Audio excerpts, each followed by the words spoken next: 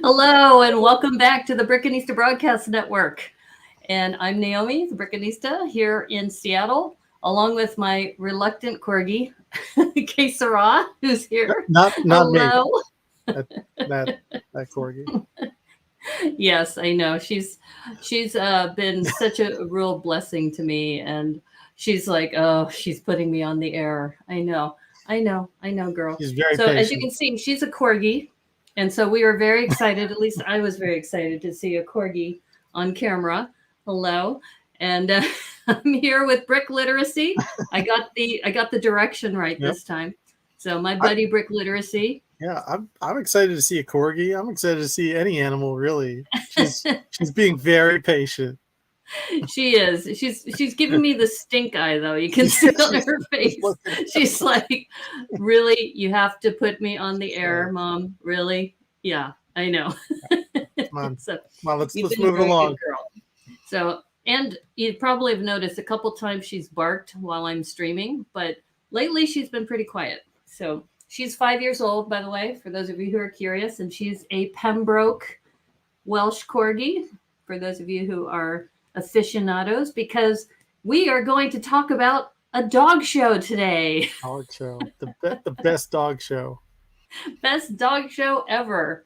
And just wanted to say again, thank you for everybody who's been very supportive of this channel. We're super excited because we're already on episode 5 already. I know, it's amazing. So how's it going, Remy? And Zach Martinez is here. What's up, Hello, Zach? Zach Martinez.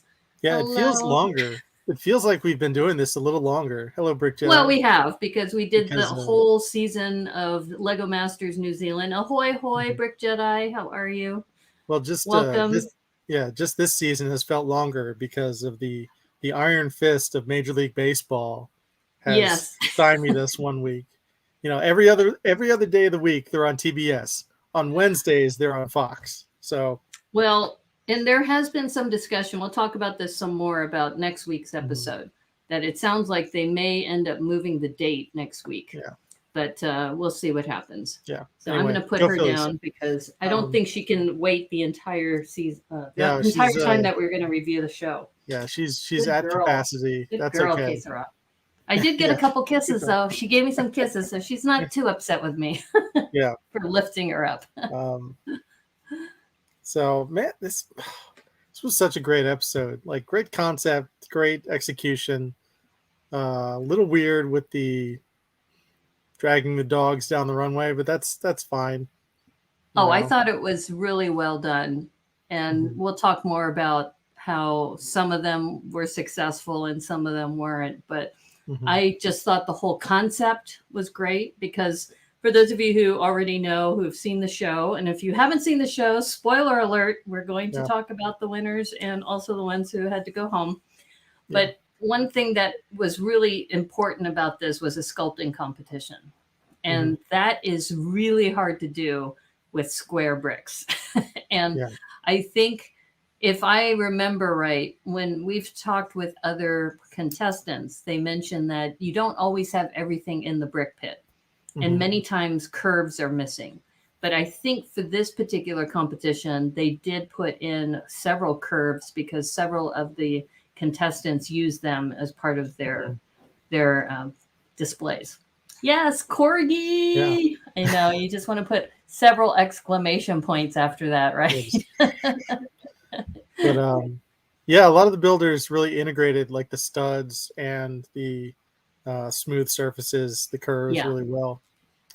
Right. And the fact that they brought a pulley on set too, that was pretty amazing. And I didn't know the technical term for that. Yeah. Oh, you mean the dog? Yeah.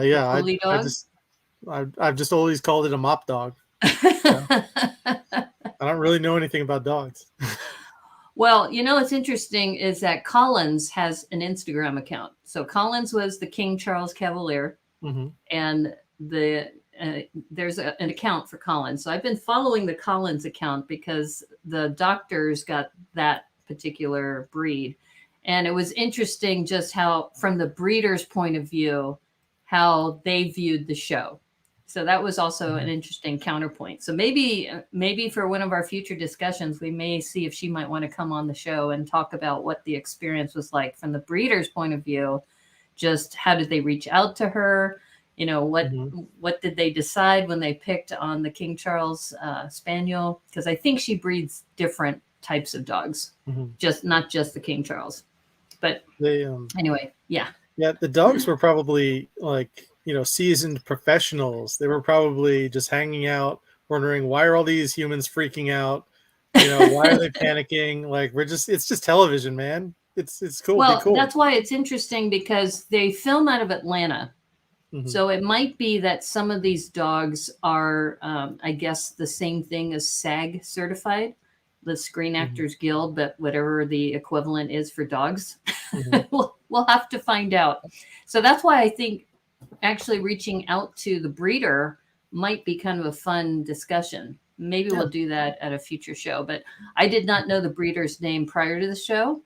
And but Remy and I do have an opportunity to speak with the representatives of Endemolshine. So maybe we can ask if there's some way that we can also interview the Screen Puppies Guild. Oh, yes, of course. Screen Puppies Guild. That's it.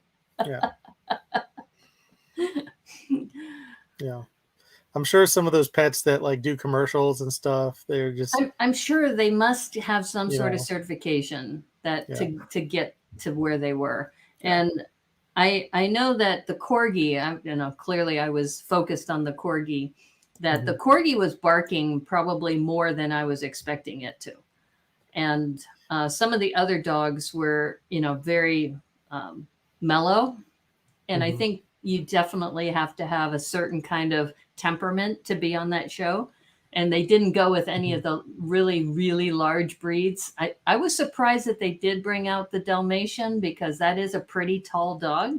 But we'll talk more about that as we start going through the builds. Yeah, there was only one dog that was large. But that was, I thought that was the a good Dalmatian thing. And the, what is it? The English Bulldog were the two big dogs. Yeah, I didn't even think about the size until they started talking about, wow, this is like a ton. Where are we going to get all these bricks? How are we going to do this? But yeah, this is it. It's the Brickminster Dog Show, and it's the Brickminster Dog Show. That's right. Yeah, they really they laid out this whole agility course, but they didn't use it, fortunately. That would have been cool if they did. Yeah. But not all of those dogs are agility dogs. The Corgi would have done well on the agility course, and, probably the Boxer too. But I don't know. Some of the other ones, they're not meant for agility. Not interested. That's fine. Yeah, and here's our co-host for the episode, Remington here. This yes, Remington. Do you know who this dog is? I should have had my staff look this up. Yeah.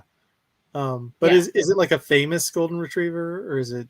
I don't know if he's famous, but golden retrievers in general are very calm dogs, and they're retrievers, so they're known to retrieve. They were hunting dogs, that they would go out, and they're good swimmers, so they'll go out and swim and pick up the. Labradors are the same way, where they'll go hunting with the hunters, and then when there's a duck that they have to retrieve, they'll go swimming out into the water and then retrieve it and bring it back. But golden retrievers are just really sweet, sweet dogs. And they have what's called a soft bite, where, when they're picking up the dog or the duck, or they're picking up a toy, they tend to not chew really hard on it. They have a soft bite. For dogs. That's good. Oh yeah. Also just wanted to mention really quickly that Amy's jacket in this episode was really out of control. I really enjoyed it. And this her bracelet says something, but I could not. I think it says woof. It was a Dot's bracelet. Oh yeah. It might say woof something. Woof woof. I don't know. Anyway, Amy's outfits are always great. I just like that particular jacket. Diva wants to know if they can retrieve gold. Can they retrieve gold? That you know what? If the gold was advertising. in a sack, they probably could. Yeah. So I wouldn't be surprised if back in the day, train robbers and such, where people carried sacks of gold. Yeah. But anyway, here's, Will in a tux. And this was with our tennis shoes. Yeah. Well, I tried to scroll in before you could see that, but I failed. But yeah, here's our best in show ribbon. Mm-hmm. This was pretty fun. That actually is a beautiful build. Mm-hmm. And I want to say Brendan Griffiths, I believe, is the builder for that. Because one thing that we have the advantage of is we listen to Brick and Nick's show on Thursdays, which is why we pivoted from Thursday to Friday. And they were talking about this particular award and that there's a group of builders behind the scenes that do things. And I'm pretty sure that one of the contestants had mentioned that Brendan Griffiths built that. No, it's very cool. It's it's exactly what you would see in a ribbon.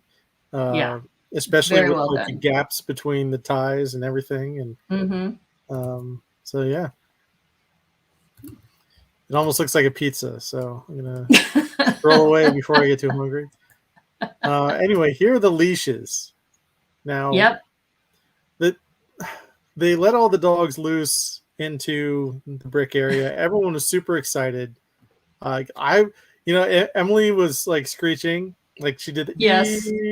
Like the emergency services beep. It was like that long. It was the beep, and I was also like making a similar noise at home when all the dogs came out. Many of us were squealing on the inside. She was squealing on the outside. Yeah. And Liz mentioned that she really missed her dog, maybe more than her kids, but they didn't show that in the episode. So she prepared her kids. And the other thing is that one thing that would have been nice is we heard that a few of the contestants had dogs, but there were others that they never mentioned that they have dogs at home. So I thought that was interesting too. Yeah, I want to see everybody's dog. But yeah, anyway, they let the dogs loose. Everyone hung out with the dogs for a few minutes. And then people had to go, everyone was lined up and they had to go race to get the leashes. Right. And the leash you had to match the leash to the color of the collar on the dog. And that was the dog that you had to build. Right. So in true LEGOMasters, fashion, the New Zealand or Australian version would probably be like, okay, the person that won the last challenge, your advantage is you get to pick your dog and you get to pick everyone else's dog. Or you get to assign the dog to a competing team. Yeah. Which would have been cool because, advantage wise, they might want to say, oh, if, who was it? Nick and Stacy won the last challenge. Yeah. So they could have said, okay, so you get to build this dog and the others get to build some other ones. But no, they made them race. But of course, the American version is go scrabble for it, injure yourself. That's up to you guys. You just have to grab the one. So that led us to this but there also was a nice kind of an honorable twist to that. Is that one of the teams actually decided, we don't have to race for this. We'll just take the dog that's not been given a home. Right? Yeah. And so anyway, the great race led to this because Crash and Yo-Yo wanted the Dalmatian bad, obviously. Yeah. So that led us to this. This is basically a Renaissance painting. Okay. You have Crash here who got to the table first and has completely bowled it over. And you have the onlookers who are trying to help. And then, you have the people in the crowd that are kind of leaning in, shocked. Someone's being held back. And then Liam over here is just watching the chaos. I like the expression on Xavier's face and his hands are up oh no. Like this honestly, this might be like one of my favorite screenshots from the show ever. Because yeah, Liam and Emily were like, we're just gonna hang back. Yeah. We're not gonna get into this melee. Yeah, I mean, Emily's not even in the shot. I mean, No, Liam is no. there just like, okay, you guys scramble, you do what you need to do. We'll take the last one. Anyway, but yeah, I've been searching like for the past few hours for like a Renaissance painting to compare it to, like a battle scene. But like nothing really. There's this great account on Twitter called Art But Make It Sports, and it just matches stills of sports Oh, how shots funny. with It artwork. actually looks more, yeah, as far as Renaissance paintings go, it reminds me of more of a like a war painting. Yeah, like there's clearly like something tragic happening here, and then they have, you know, because like there's such like a sharp line here with this triangle, and it just continues this way, and like the main action is a little bit off center, but still like kind of framed up in the center. But anyway, I just really love this you can shot. also tell in this shot that Dave on the left, and I think that's Greg on the right there with the gray. They knew what dogs they wanted too. So they didn't let that table falling over stop them. No. But if you look at Nick, he's like kind of hanging back. The doctors are kind of hanging back going, oh no, what's happening? But the other two teams, they're like, nope, we know what dog we want. We're going for that leash too. Yeah.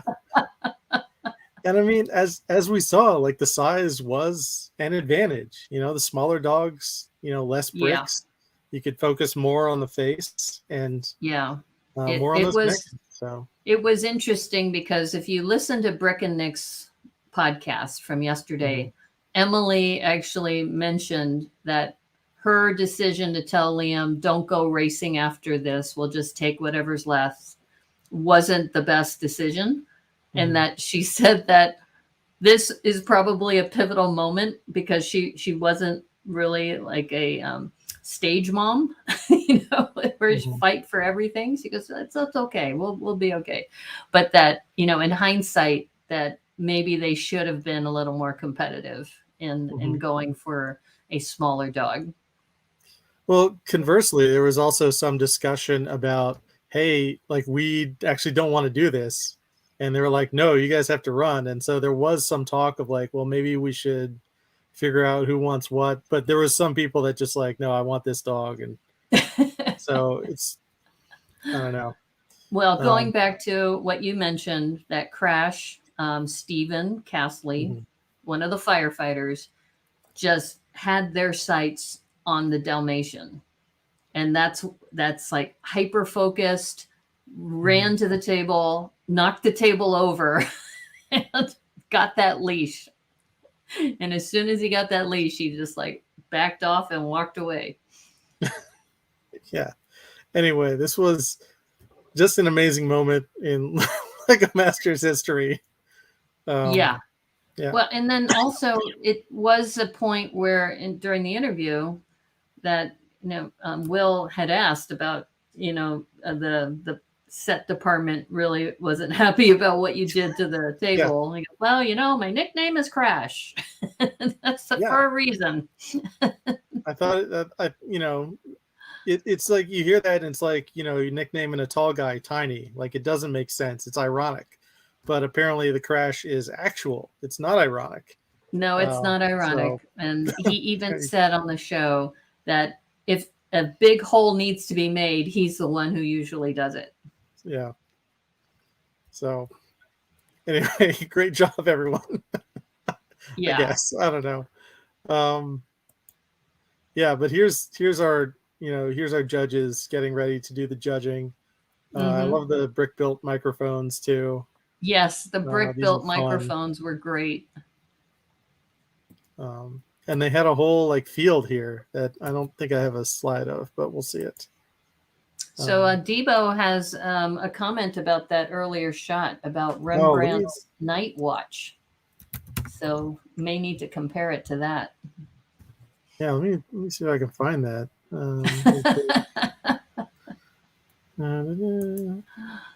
Well, while Yeah, you're talking about that, yeah, the mics were super cool. Exactly.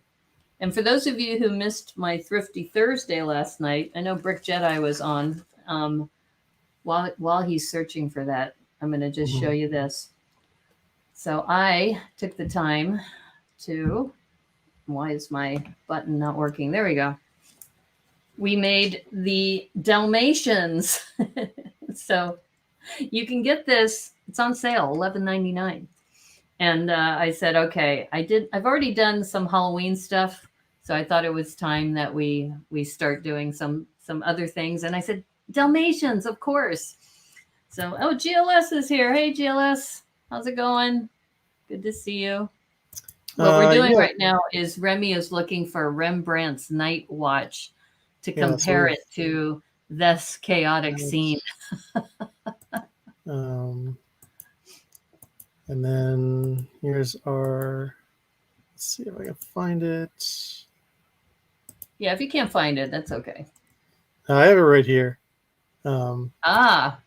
Yeah, so maybe like I can kind of see it. There's something going on here, but everyone is in the background. Everyone is kind of like pointing outward from the focal point of the piece. And I feel like in the LEGOMasters tableau, everyone is very focused in like one direction. But yeah, it's kind of in the same neighborhood.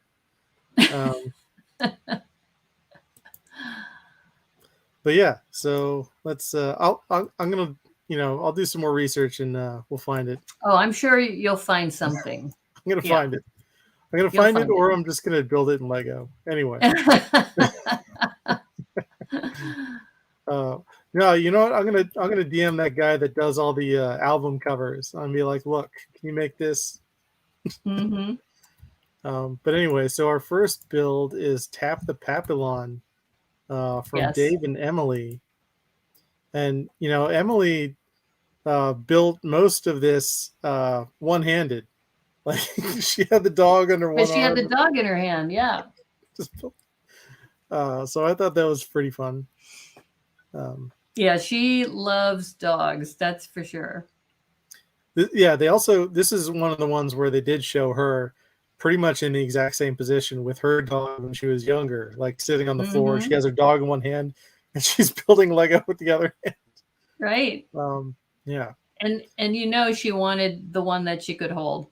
Yeah. Now, one thing that we didn't, I don't remember if anybody asked Brick and Nick's on Brick and Nick's show last night, but did you hear if anybody mentioned there were several scenes where they had to run to the brick pit with the dog? So it may have been a requirement. Maybe at least a few times you have to run to the brick pit with your dog in hand. Yeah, I don't know if they'd like just wanted to walk the dogs for exercise, or like if you left the table, maybe that was one of those unwritten rules. Well, see, since you were talking about Emily holding Tap, she would hold Tap and run to the brick pit. Yeah. Whereas the others would actually walk the dogs over. So I didn't know if that was just they wanted to do that or they were required to do that. We'll have to ask. All right, we'll put it on the list, but I have a feeling she just wanted to. Yeah, I think so. Probably say, yeah, it was totally a requirement. I had to do this. I had no choice. Mandatory. I do think it probably was mandatory because I wanted to get the shots.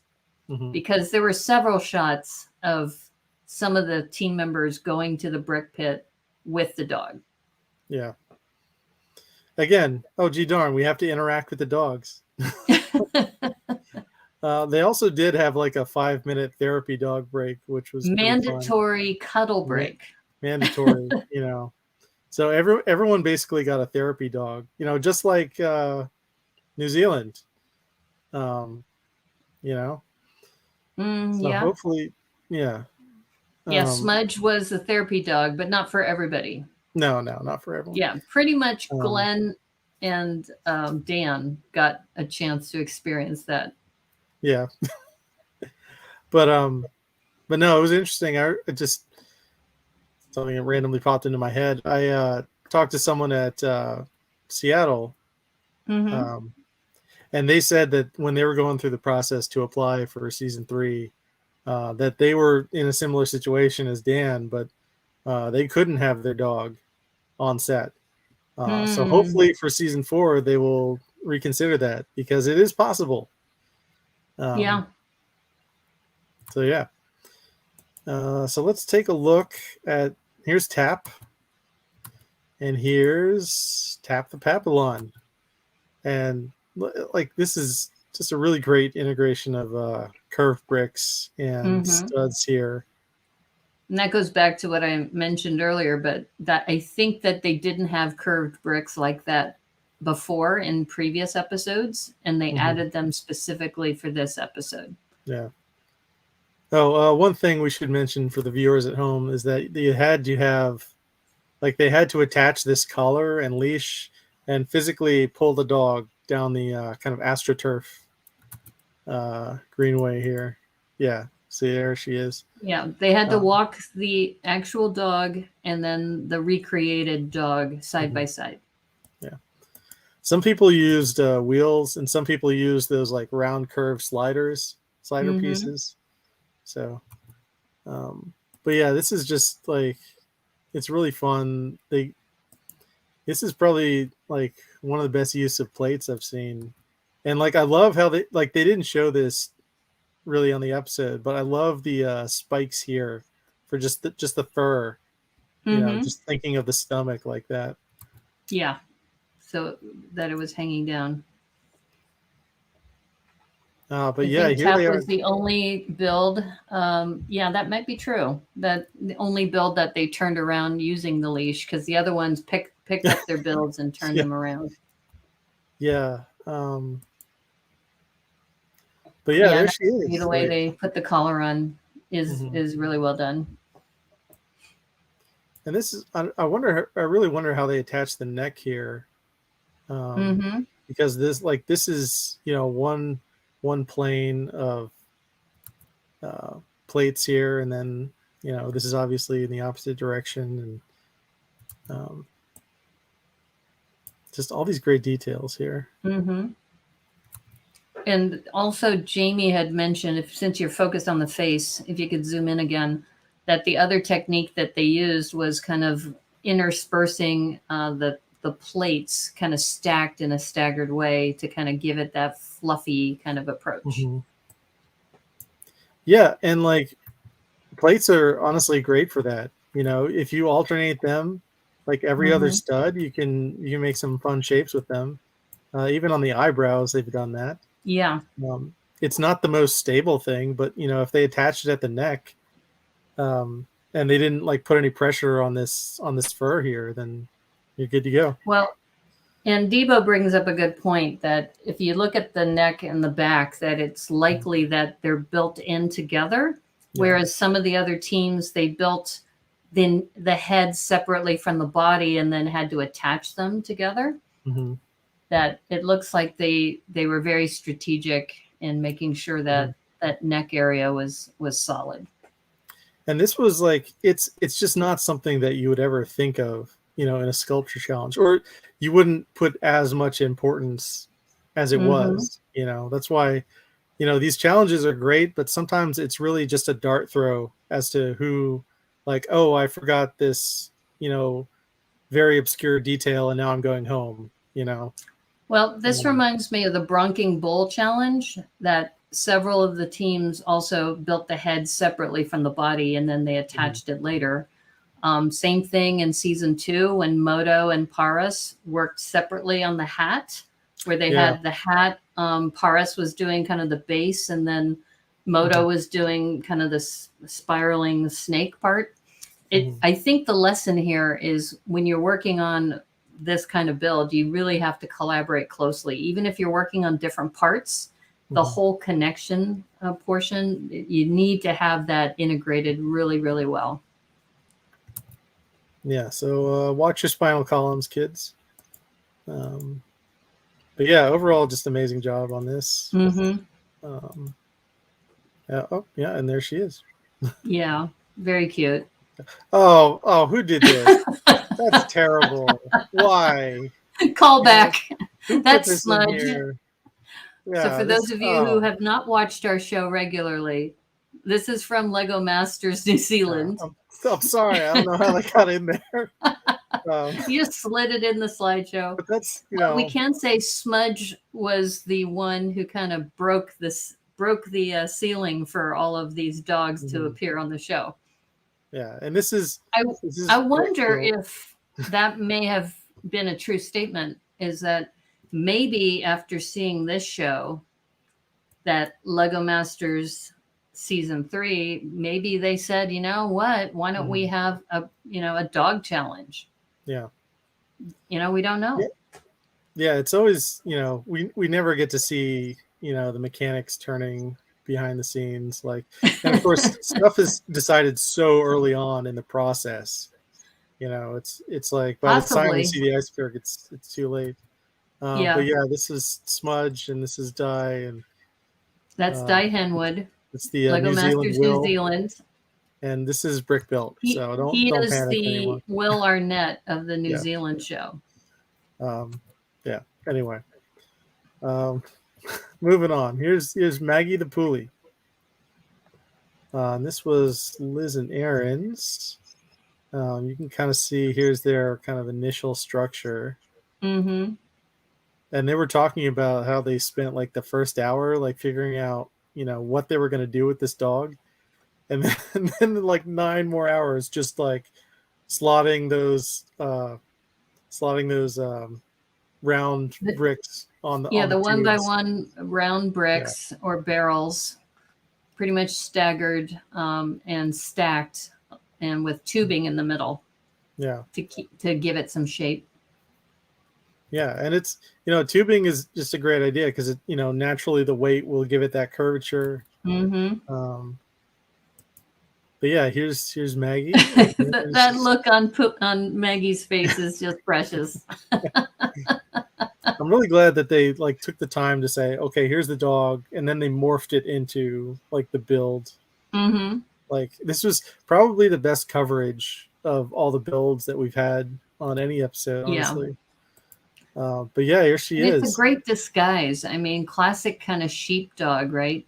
That they blend in with the herd so that when wolves come around, they think that the herd's unprotected, and then all of a sudden, nope. Yep. Maggie's on the job. Get away from my herd. You mop up all the wolves. But yeah, here she is. Mm-hmm. The neck is again attached very well. So our side, I just love these side by sides. Yeah, the side by sides are pretty amazing. They really spoiled us this episode. And here you can kind of see. Because that's the barrels and the tubing in the middle holding it all together. Yeah, they even ran out of barrels. Yeah, they put it into the Technic. So they used white Technic for the body of the frame, and then they inserted the tube with the stack of the 1x1 bricks, the 1x1 round bricks. But yeah, here's a good question. 2 good questions. How do you brush that? How do you brush that? With a Lego brush, easy. Next question. Yeah, you'd have to make a brick built Lego brush. And here's a question for you, Remy. What breed of dog would you guys have liked to see get built? Well, I think logistically it would have been hard, but I would have loved to see them try to make a pit bull. Pitties are great. I think October is National Pit Bull Month, and if you raise them correctly, pit bulls are the sweetest dog ever. Yeah, they are.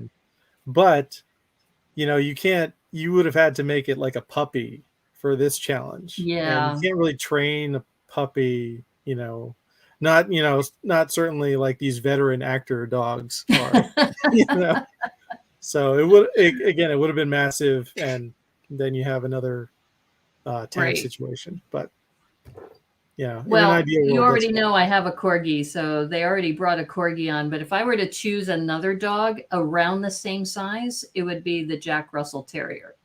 because Jack Russells are very popular, and they also have appeared on television as well. Super smart. And they probably could have gotten the Jack Russell to go through that course, that agility course. I'm surprised they didn't actually show the course being used, because the Corgi could have done it and the Jack Russell could have done it. And it would have added more to the show if they would have done that. But Jack Russell Terriers have a smoother coat too, so you could have gotten some good sculpting out of it. It's like a slightly different texture and pattern. So yeah, but I'm really glad that they did not have a Chihuahua. Chihuahuas have the goofiest looking faces, but they're also super yappy.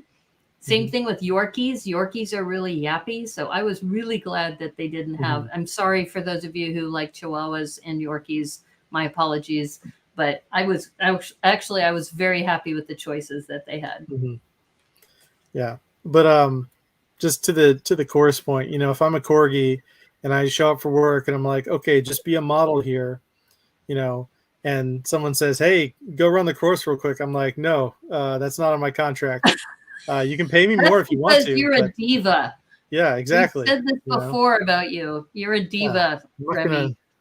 If you hire me for one job, I'm not going to do extra work. Corgis are working dogs. They would actually be happy to run the course.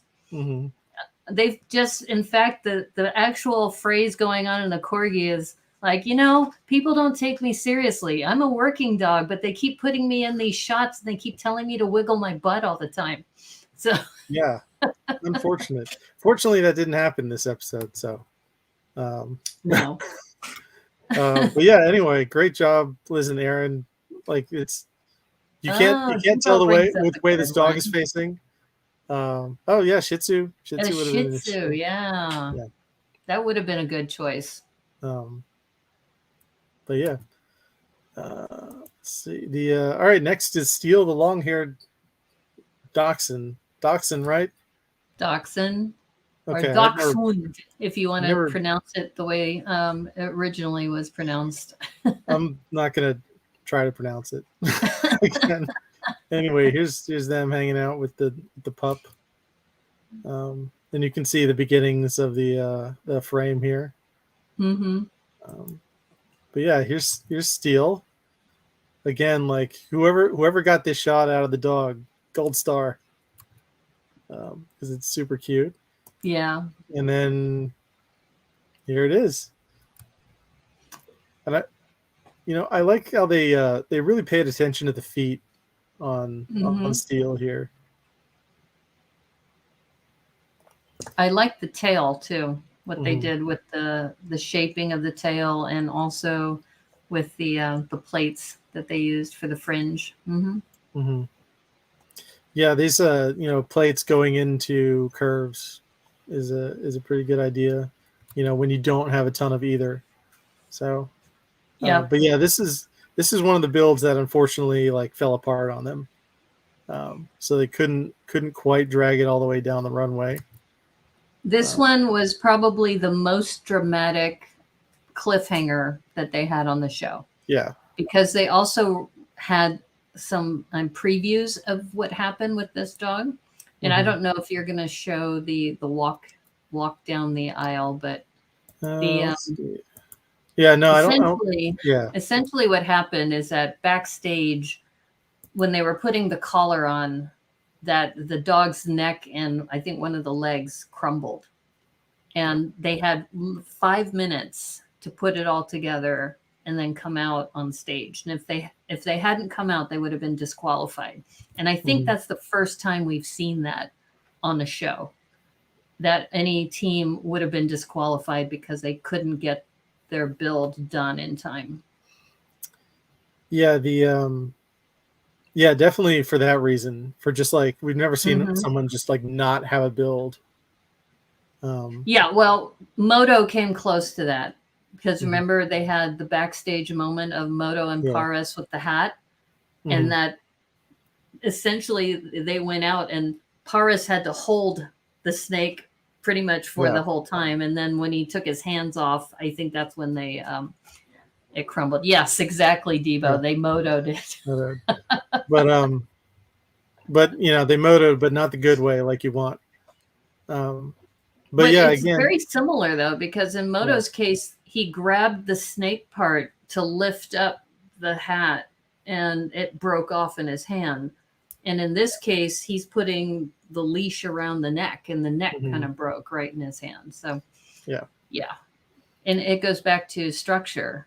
And and this is kind of a recurring theme, is that this not only was a structure challenge, but also the sculpting challenge, but a structure challenge too. Yeah, it looks like they've just kind of stacked some bricks here, like vertically. I don't know if there's like any Technic support under there. But yeah, that may have been not. Well, they also showed when they were pushing it down during their test that that was the breaking point again. But they did a really good job. Yeah, like it looks great. Super cute. Let's see. Here's like the best shot of the face I could find. So obviously, you've got very expressive. You know, I love the shaping of the nose. And just the subtle things hanging out is perfect.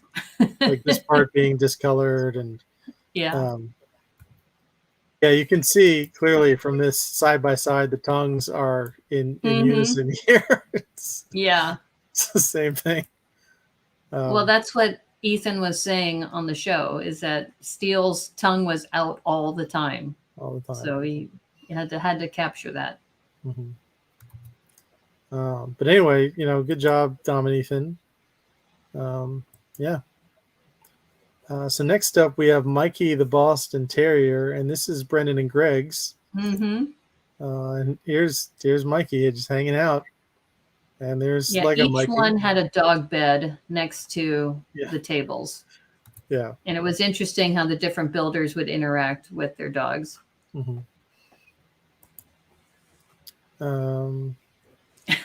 agree, Debo. Mikey was the best. Yeah, here's Mikey. And here's Lego Mikey. Yeah, amazing. And especially with those long legs, to get that stability with those long legs, that's pretty amazing. It's a shot of the legs that we have. And like they really paid attention to the claws too, like just using these I don't know what they're called, but these like knob pieces for the claws. That was such a fun detail. And yeah, they could, you know, even, you know, leaving these ankles like a little bit unfinished, it still looks like, you know, it makes sense in the color scheme of the dog here. Yeah, no, I mean, I think that all of the proportions were spot on, and they talked about doing a lot of measurements and really getting the measurements right. And they also felt that this was in their wheelhouse. That Greg especially spends a lot of time, you know, sculpting animals and shapes. So this to me was so much easier for them than some of the other teams, because this is something they're strong at. Yeah, and this is really just this neck portion here is just an amazing job. I don't have a shot of it, but there's those hinge plates where it's like you have like the hinge plates. With the rocker hinge? I'm pretty sure this thing is like built around a rocker hinge. At least that's how it's kind of structured. To get the angle. And it's like the collar is like hiding it a little bit at this like seam.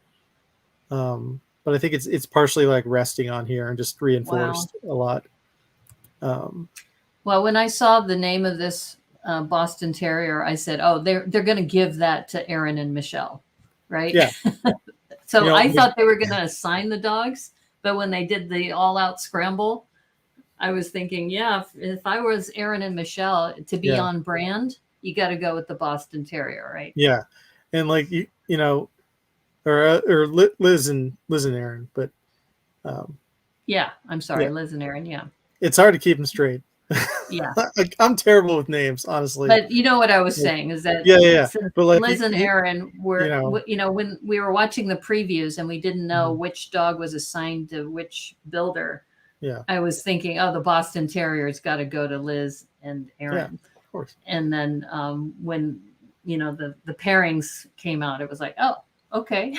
I was surprised they snatched it up because Brendan was in there, and Liz was not far behind him. She's in that tableau. Yeah, but she's farther back. Yeah, I think it might be they chose Mikey because he doesn't have a lot of fluffy fur. He's got short hair, so that could have been a strategic choice too. Maybe, yeah, and it's it's one of the smaller dogs, so yeah. But yeah, here they are, side by side. This is like the little tail is very cute. I love the tail. Yeah, it's so spot on. Yeah, that's basically. That's basically all I have to say about that. I love how they tilted the head just enough so that the eyes are looking at you. It's very sweet. Yeah. And I know that you and Dan were making fun of me about cuteness factor when I was talking about dinosaurs. But you got to admit, cuteness factor does count in this competition. It definitely matters. Yep, it matters. Yep. We got a troll in the house. Boom. Took care of it. Yep. Anyway. And you're right. It is so spot on. Definitely. Yeah. But yeah, again, we don't know how cute dinosaurs were. They could have been super cute. I'm just saying that this episode, cuteness factor was huge. Yeah. But okay, let's get to Pip and the Corgi. The Corgi. Speaking of which, all right, come on, girl. Let's watch this part of the episode because it's the Corgi. There she is. Her? It's a Corgi. Does she care? Does she have like other dog friends that she hangs out with? Actually, we were just outside, and one of my neighbors has a French bulldog, which we'll see later, and a pug. So somebody else was asking earlier about what other dog, and I think a pug would have been kind of fun, but they don't like her, but they don't like other dogs either. Oh, okay. Yeah, and my other neighbor has a black Labrador, so it's like all of us were outside at the same time, and the other dogs, those two, were not happy. But she's just so mellow all the time. She's just kind of like this. So we're gonna watch the Corgi. Okay. Right, go Corgis. But yeah, here's they're hanging out. It looks like they're early in the planning stages here, but that's fine. Yeah. Basically, everyone built a Technic box and then kind of built around that. Well, this reminded me of the tree house episode because I think he used a similar approach where he built a big box with some strategic gaps so that he could attach the legs. Yeah. Or they can attach the legs, I should say. Yeah. Yes, the cuteness factor has broken the meter. Yeah. Yeah. I didn't even turn the meter on today because it would be like all the way up the whole episode. But yeah, here they are side by side. Yes, and, Corgis. And this Corgi looks like Logan. When I had Logan, he had the similar coloring. Yeah, a little bit. Que Sera here is what's called a red-headed tricolor or a tan color, tan and black tricolor.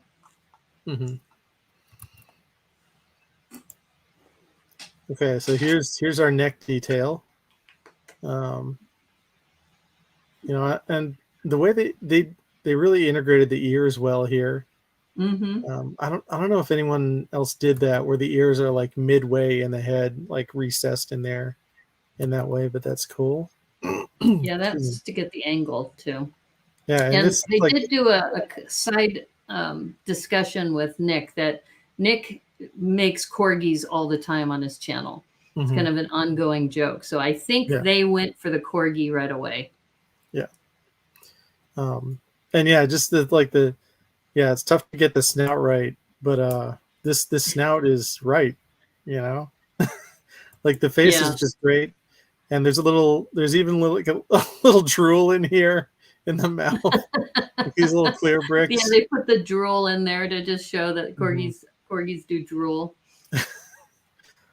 Yeah, like the lower jaw is really really really detailed and just very good. And even the eyebrows give it that like dog expression. I don't know what you call it. Anyway, here's the butt. Yes, and the classic. There you go. Corgi butt. And this was on a motor, so you can see it moving here. Yeah. Yeah, I thought that they didn't get enough credit for having motion in their build, because I don't think anybody else did. I know that the doctors attempted it, but they never got to the point. They also mentioned on Bricknick's stream yesterday that people were so focused on the head and that front section that when they put it on the dog, like it was top heavy. So people started putting like the Technic motors just in the back just for some weight. Oh wow! To balance it out, like, and then that works. It's definitely much better than like just stacking a ton of plates. They should have used Brick Jedi. Definitely. Yeah. I was surprised that, and Amy mentioned this too, that they should have added a little bit of brown to add it a little bit more color, but just going with tan and orange mostly and a little bit of white, I think that kind of limited it. It had the texture a little bit from the contouring, but the colors were a little off. It's almost stylized like one of his other builds, as opposed to like trying to be like, this is a real Corgi, but I'm not going to dig him too much. I agree with Brick Jedi. If you just look at the color of the original Corgi, that it's more like tan and dark tan. But again, I don't know who was using what in the pit, if right, people had already claimed most of the nougat. And but yeah, it's maybe a little bit just to like do something with this kind of ombre effect rather than just being like white and then orange, like just boom. Yeah, I think if you go back to the body too, I think the body is mostly orange, right? Yeah, I don't think. I think if you look at the neck, he just has a collar, but if you look at the original one, there's more white on the back. Yeah, tan, light nougat, and white. Yeah. But again, they probably spent 8 hours building this head and 2 more hours building the butt. So almost done for the next build. Yeah, we'll go to the next one. Like, okay, let's get to the next one. Okay. Next build is really Tank. Good girl. Good dog. Good job. But yeah, great build. But yeah, now let's talk about Emily and Liam and Tank, the English Bulldog. Oh, I know. And look, just look at this. What a galoot, What just a massive, lovable. Well, I mean, American Bulldogs are dense. I mean, they're really chunky and heavy dogs. And I think she said it was what, 60 pounds? Yeah, just a lot of pounds. I don't remember exactly. Yeah, it's a big dog. And here's another fun fact that we heard on Brick and Nick's show is that Liam is allergic to dogs. So during the build, he's actually, having some issues with the allergies. Oh, 80 pounds. 80 pounds. Okay. I believe this is 80 pounds. But no, I didn't. I missed that part. Wow, that's crazy. Yeah, they talked about 2 of the contestants had allergies to dogs, and they had to kind of just push through it. See, that's brutal. You know, that's when the dog has a better agent than like the human cat. That's how that happens. Because like my friend, like my best friend, is super allergic to basically everything except Oh, for really? birds. So, like he gets it bad. Like because his parents have every animal under the sun. So when he goes home for the holidays, it's like he's just in constant agony, no matter how much allergy medicine he Yeah, takes. I'm allergic to cats. So if we had a cat competition and I was on there for the cats, it would be hard for me too.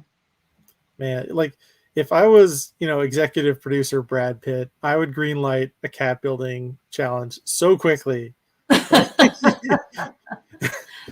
The thing is, you think the dogs were hard to measure. I mean, cats. I mean, you imagine a cat, you're trying to measure the cat out and it's like, no, you're trying to measure the won't have cat that. and it's like on top of the walkway. Like you're just like shouting to it. It's, Debo thinks that if they would have gotten the legs done, that they would have won this competition. I don't know. Well, it seems still kind of blocky to me. Well, maybe. Yeah, let's take a look at it. So here's Tank. And again, there's just so much surface area to cover, and like you have to get these it's hard to get like this fold is so like it's such a tricky detail, this fold and these like the folds around the eyes and the cheeks, the waddle. Like I definitely think that's what they were going for here, but like it looks more like a polar bear to me. Yeah, maybe a little bit from that angle. It looks more like a bear. Yeah. But I do think that it's too bad the legs could not have been built out more, because they do look very stick-like. Yeah, but like you can. This is a good angle because like you can see like they have the shape of the body correct, basically. Yeah, the shape of the body looks awesome. Like you can kind of see where they've tried to like do these jowls and these kind of rolls of fat here in the cheeks, but like when you do it with bricks, it just doesn't read like as well as you want it to, and like doing it with curves is, even if you had the pieces available, that's just like the most challenging. But yeah, unfortunately, it didn't make it down the walkway, but it looks like it's sitting here, so it's super cute. It's like I said, weird. Cuteness factor. Yeah. Then yeah, there they are. Just just a couple of old dogs just hanging out, sitting side by side. They had so many close-ups of Tank too. Yeah. And Tank just laying there, and but I liked him. I really liked seeing him in the show. Yeah, I'm sure everyone loved him on set. He's just one of those big dogs that like they lean into you, and but yeah, Emily and Liam did end up using the golden brick in this challenge. Yeah, they knew they needed to use it. Yeah. But that's cool. Oh, okay. Anyway, here's Collins. I'm going to see if I can. I'm going to look up that Collins Instagram account because I'll put it in the chat. Yeah, we can take a look. Yeah, so here's early shot of Collins coming together here. And they had an idea that they wanted to put the dog on wheels and have it, and they had the motion. It looked like they had the motion down like early on in the challenge, but they couldn't really execute it the way they wanted to, it's just fine. It's hard to do that. Yeah, so here's Collins. And here is Lego Collins. Yeah, and I'm putting in the chat the Instagram account. So if you want to follow Collins, it's Collins and Cats and Beth. Oh, interesting. So I'm going to reach out to her to see if she might be willing to chat with us about the breeder's perspective of this episode. I think that would be pretty cool. Yeah, that'd be interesting to see what, what a day on set is like from their perspective. Anyway, and this I mouth felt bad for Collins because on the first run out, when he said release the hounds, you could see Collins wasn't comfortable kind of running on that really slick surface. Yeah, he was, he was like, whoa, yeah, I gotta get my balance here.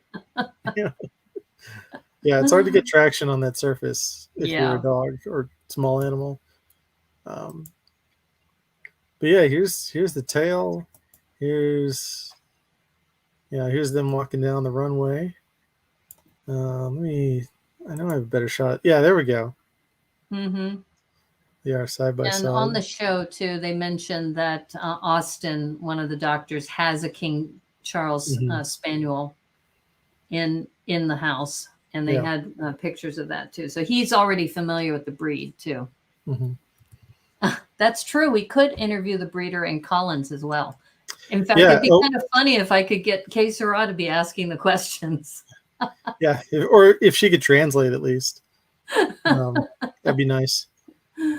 But yeah, here's the side and the feet, and they've they've done the kind of patchwork colors pretty well.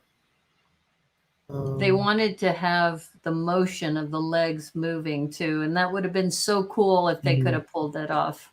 Yeah, it looked like they had it down in principle, but like I think once they added all the weight of the legs, like it just the weight of the bricks was just too much.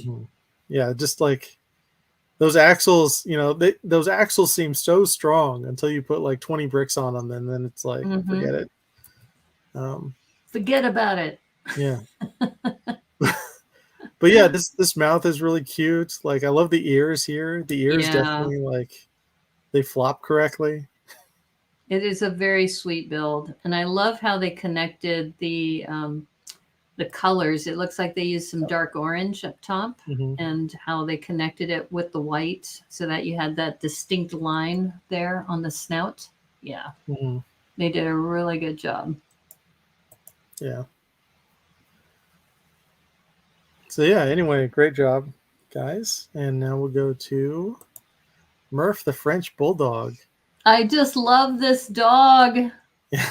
Murph, I just loved watching Murph. Just that goofy face.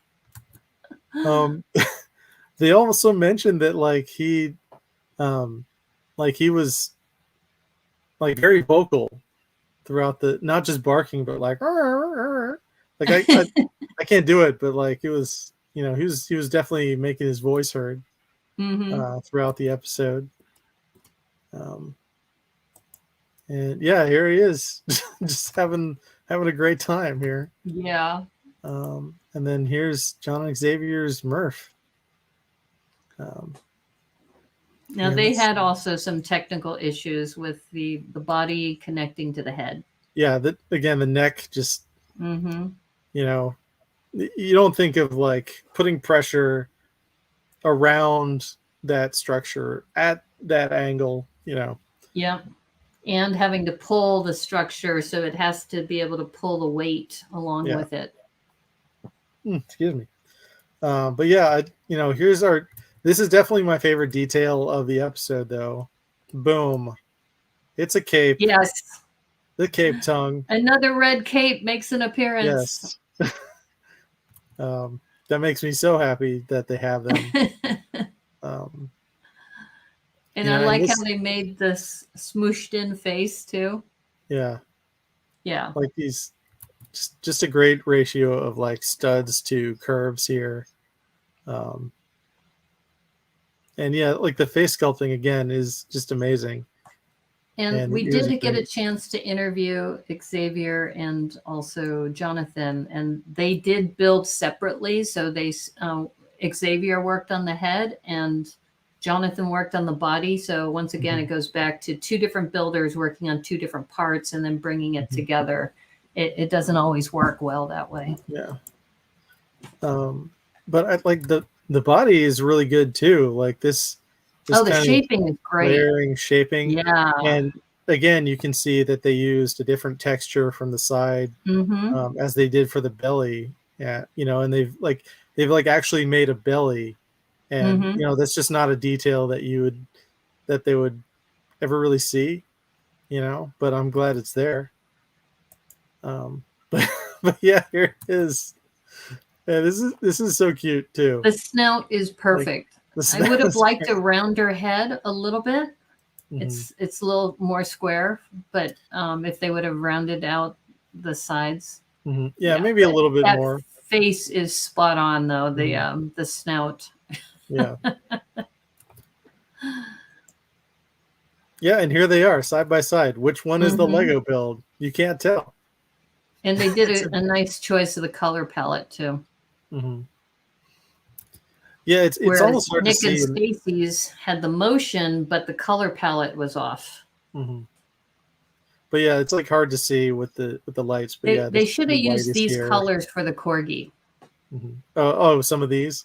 Yeah, I well, think yeah, if Xavier these and John colors probably were used on the Corgi, it would have been a much closer representation. Yeah. And again, like the tail is great. I missed this comment earlier about Tank. Tank did get frisky too. Oh yeah, we did see that in the episode. Like, it jumped on Emily. Jumped on Emily, and it's like, oh, not here, Tank. Of course, they showed that. Yeah. Oh, well, that's cute. Well, I mean, dogs always are like. I think Brick Jedi agrees with the color choice. What I just said, if they used these colors for the Corgi, it would have been much, much closer. Yeah. Yeah, it's definitely like a little jarring when you see the Corgi and the dog like side by side, but well, because he used bright orange. Yeah. And that's what is classically used to represent a Corgi, but if you're trying to do a one-to-one match to an existing Corgi, then these are the colors they should have used. Yeah. And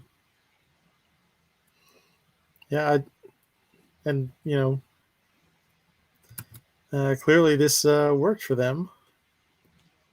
Yeah, it's too bad that they had to walk the model, or they had to hold it and walk it down the aisle, similar to what happened with Ethan and Dom.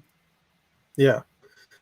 Ethan and Dom, John and Xavier, and Emily and Liam, they all had neck separation issues. But otherwise great builds. Again, they just missed that dart throw of like aligning the neck and the legs. So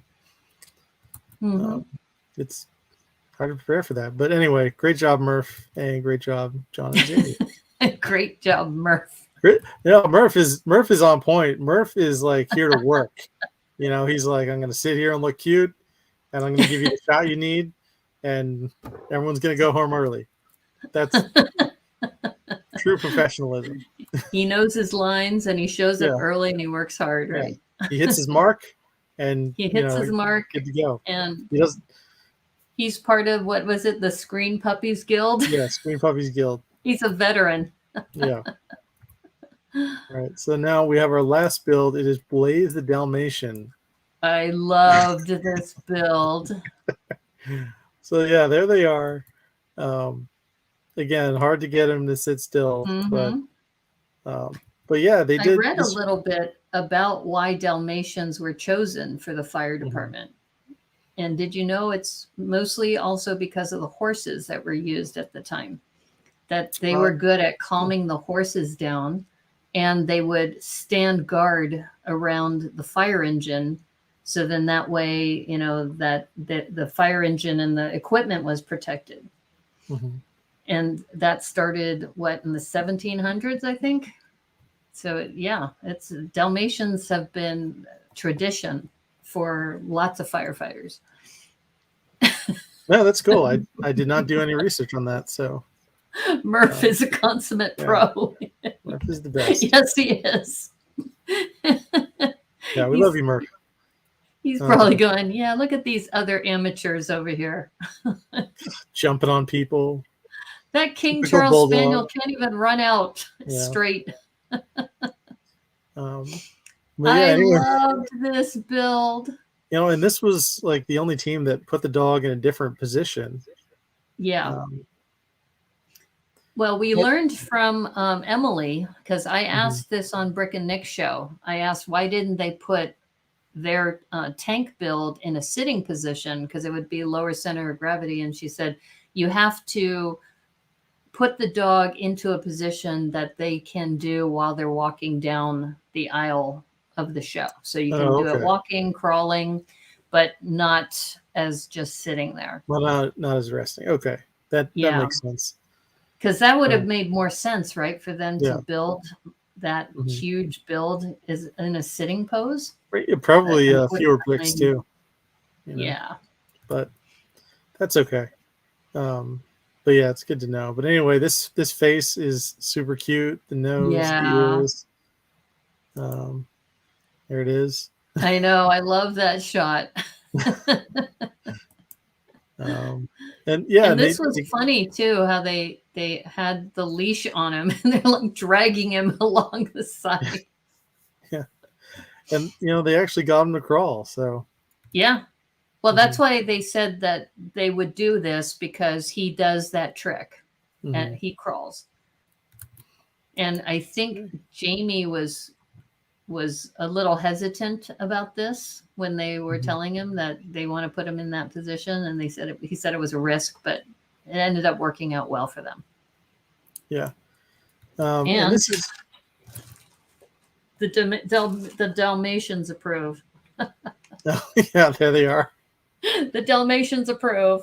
Yeah. Yes. Arf, arf, arf. Go Dalmatians. Yeah. And this was basically the only shot I could get of like the hindquarters and most of the body. Yeah, no, it's a great shot. But yeah, you can see it and there. And if you look at the spotted portions of the dog, they really spent a lot of time matching those also. Because if you look at that and look at the bigger patches versus the smaller patches, they really worked hard on matching those two. So yeah, some of these are kind of built onto like the mane, and then some of them are like on a snot brick. But yeah, speaking of Brickjai looking very realistic, like I really like this shot because if you just look at it, like you can't tell which one is the Lego dog. Like just from far away, it looks like they could both be actual dogs. So great job, Crash and Yo-Yo. See that I can tell more that it's a Lego dog. These are brick heads, that's why. Yeah. But one thing I will mention, these brick heads, they have printed tiles. So all of these spots, they're printed tiles. Oh, cool. And you can get them for $11.99 like at your local Lego store. I think the koi fish also has some printed tiles like that. So yeah, some of the dots are black. Oops, sorry. And some of them are dark brown like the ears. Yeah. Yeah, they spent a lot of time matching the dot patterns so that it would look like Blaze. Yeah. Anyway, great job, guys. Be there. Yeah, here's our finalists. So yeah, they picked the top 3 this week. They picked our. I was glad to see that. Yeah, they instead did, of just 2. I think it's win, place, and show. Is that how they? Okay. But they only announced the winner. They didn't announce place and show. Well, so it might be that they just don't want to put that competition in there. Yeah. That they just want to let them share second place. Yeah, it makes it a little annoying for personally our medal count because we're not sure who got the bronze and who got the silver this week. Well, we get to decide. It's our show. That's true. We'll decide, and then as soon as we decide, they'll be like, "No, actually, it was the other way." They didn't show it on camera. So who are the winners here? All right, so the winners are, Brendan and Greg. Yeah, that model is so spot on. Is so good, and that ribbon is great too. You can see them right here. They're almost like exactly in the same. The only thing that's different is the ears, really. Mm-hmm. They're both like pointed in the same direction. Yeah, it's so good. Yeah, so good. Great job. They got their first win. They definitely deserved Yeah. it. Let's see. But yeah, the bottom two teams Or were. before you go there, Sorry. who would you pick as second place for the Oh previous yeah, one? like what do you guys think in the chat here? Do you like the I already forgot what kind of dog this is. We have the Dalmatian and the King Charles Spaniel. King Charles Spaniel. I'm gonna vote for the Dalmatian as second place. Mm-hmm.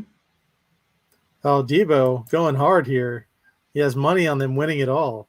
Wow. Man, they've already shot the season. You should not be gambling on LEGOMasters. There are people out there that know what happened. Don't take any of those bets, man. I'm just trying to look out for you, dude. I don't know. I'm not sure if they're going to win it all. I have a different opinion about who's going to be in the final. Well, but again, we're at the point where like everyone is super talented, and it's really just, it's a dart throw. It's like, oh, I didn't think of that detail, so I'm not in the competition anymore. It's not really a measure of skill entirely at this point. So, and then this week Emily and Liam were at the bottom, but the previous 2 weeks they did really well. So you just don't know. Yeah. So, but for me, I would say I would probably go with the Dalmatian also, mostly because they took the risk of using a different pose, and they spent so much time putting the dots to make it so close to the original. Yeah. But it's close because the Spaniel's really good too. Yeah. And really a lot of really all the other builds could be in the top 3 here this week.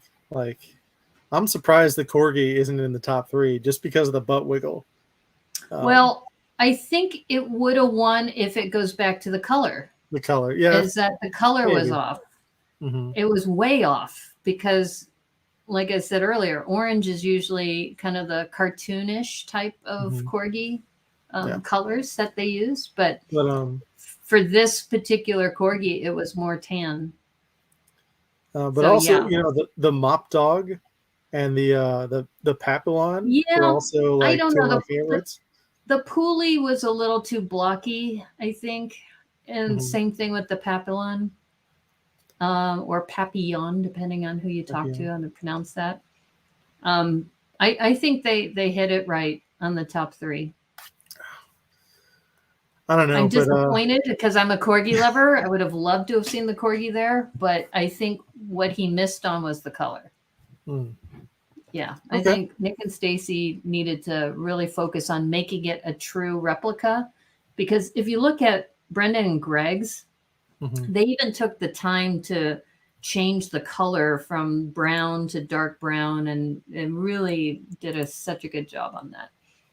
Yeah, because look at the colors on that. I mean, they used some dark brown, some regular brown, and the white, and they just did an excellent job. Yeah, I can see that. But we're at the point where, even though I would have loved to have seen the Corgi there, I'm not disappointed because I do think the judges hit it on this one.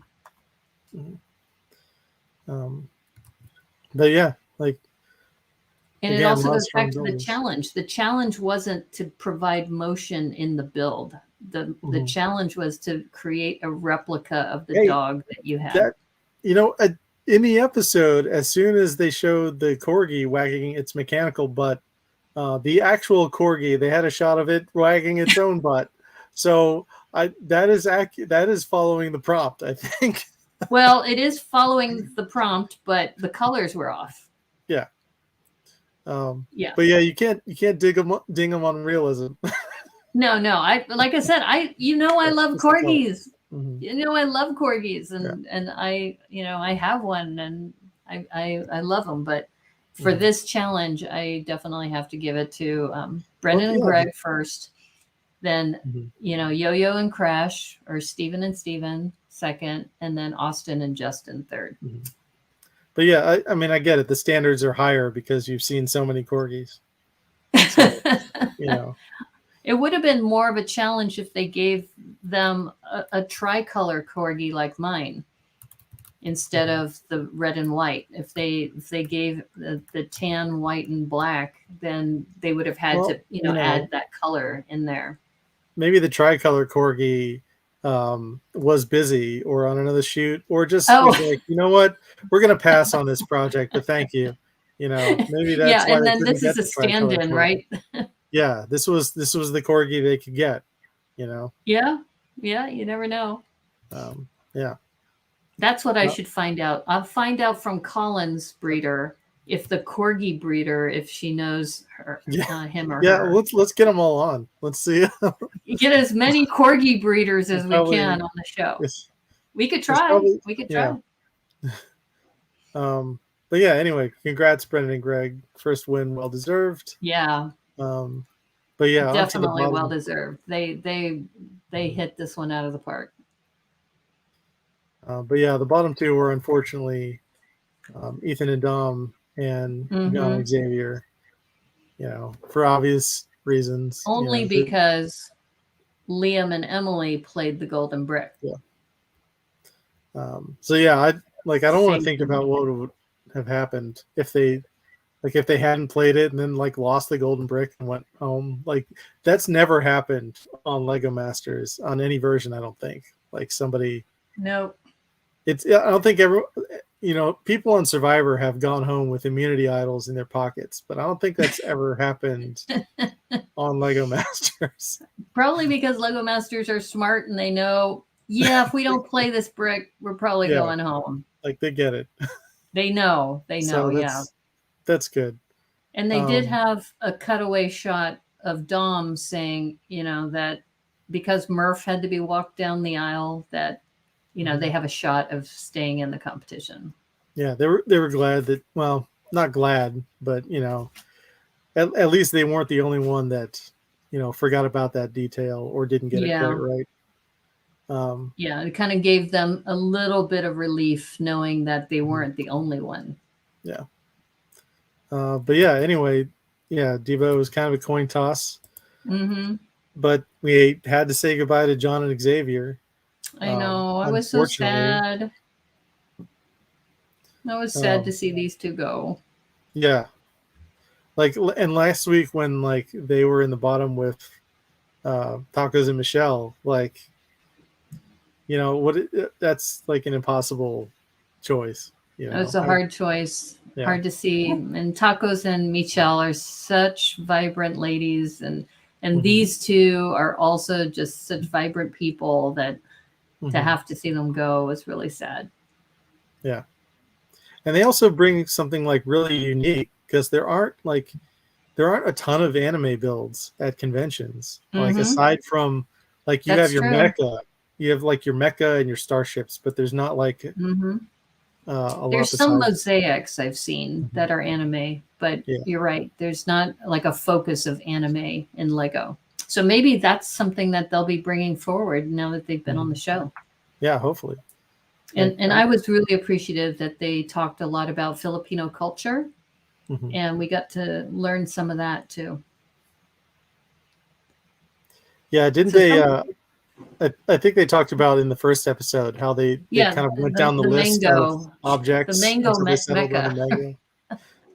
But one thing we didn't learn about on the show that we learned about is that Jonathan has a dog, and I think the name of the dog is Cammy, and I think is it a white Akita? I think it's like a white. I don't know anything about dog breeds, but it looked like an Akita to me. I have to ask, but you want that chunky cat t-shirt? Yeah, Devo, it's a very it's a sad moment, but I can't not enjoy that chunky cat t-shirt. it's just great. That might be his catchphrase, because he talked about Murph being chunky as well. Yeah, it was a little chunky. Yeah, but yeah, he did say that. And he loves cat shirts just like you do. Yeah. Remy. So can't go wrong with a cat shirt.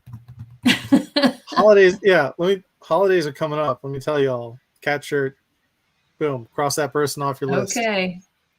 Well, I'm wearing my paw heart cap for this show since I love dogs. Yeah. Well, anyway, John and Xavier, we'll definitely like miss your voices on the show. Sad. But hopefully, we'll see them collab on something in the future, and Xavier had such a nice tribute at the end, just thanking Jonathan for following him on this journey, and he got really teary-eyed. It was so sweet.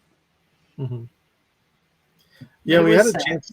Yeah, we had a chance to talk to them about like just their Lego journey since like building as kids. Like, I wish we had seen that on the show. And they worked at the Lego store together too. Yeah.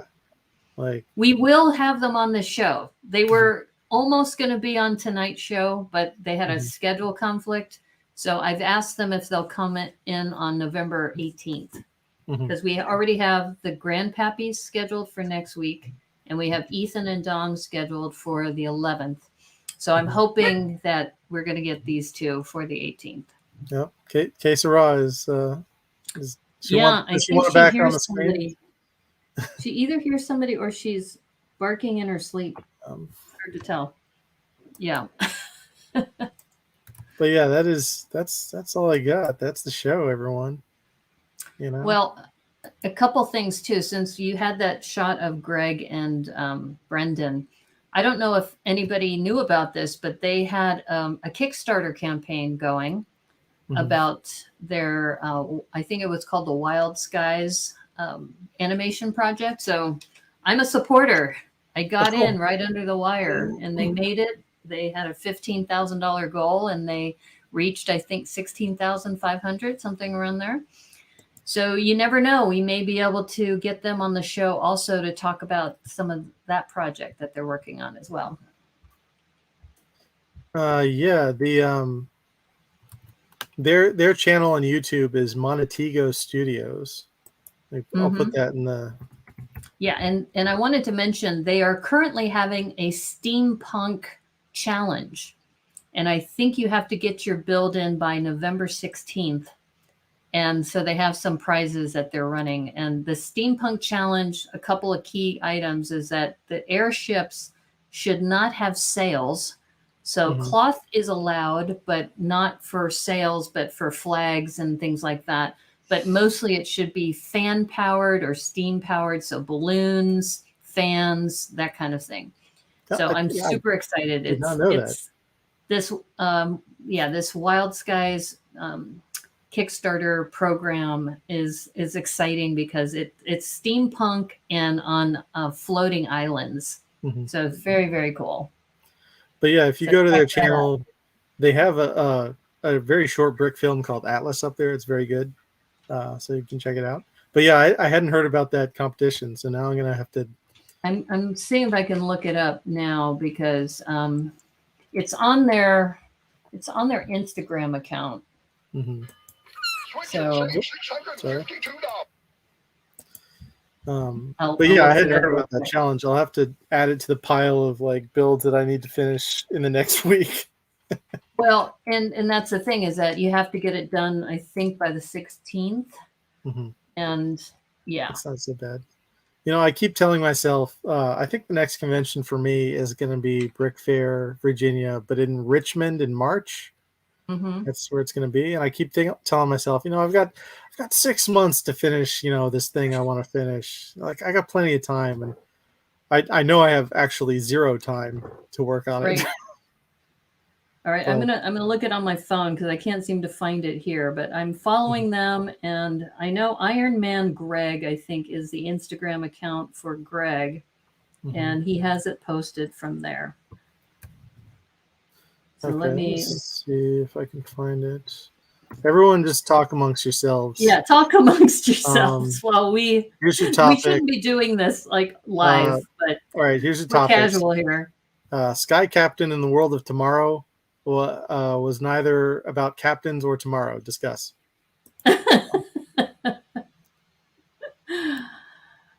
Well, I can tell you that having just observed what LEGOMasters have gone through, it is just amazing, all of the detail and everything that they've had to put together through this. But why am I not finding his account? I can't even find his account. It's like Ironman_Greg, right?